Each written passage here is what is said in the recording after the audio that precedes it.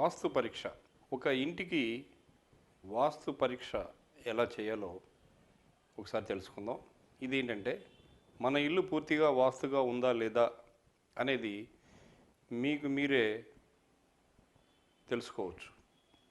ఒక విద్యార్థి 10వ తరగతి అనుకోండి, 10th క్లాసో లేదా ఇంకేదో క్లాసో 7th క్లాసో ఒక 5 సబ్జెక్టులు 6 సబ్జెక్ట్స్ ఉంటాయి. అన్ని సబ్జెక్టులో 100కి 100 వచ్చినాయి అనుకోండి, నెక్స్ట్ క్లాసులోకి వెళ్తాడు, అంటే భవిష్యత్తులోకి వెళ్ళిపోతాడు ఆ కుర్రవాడు లేదా ఆ పాప.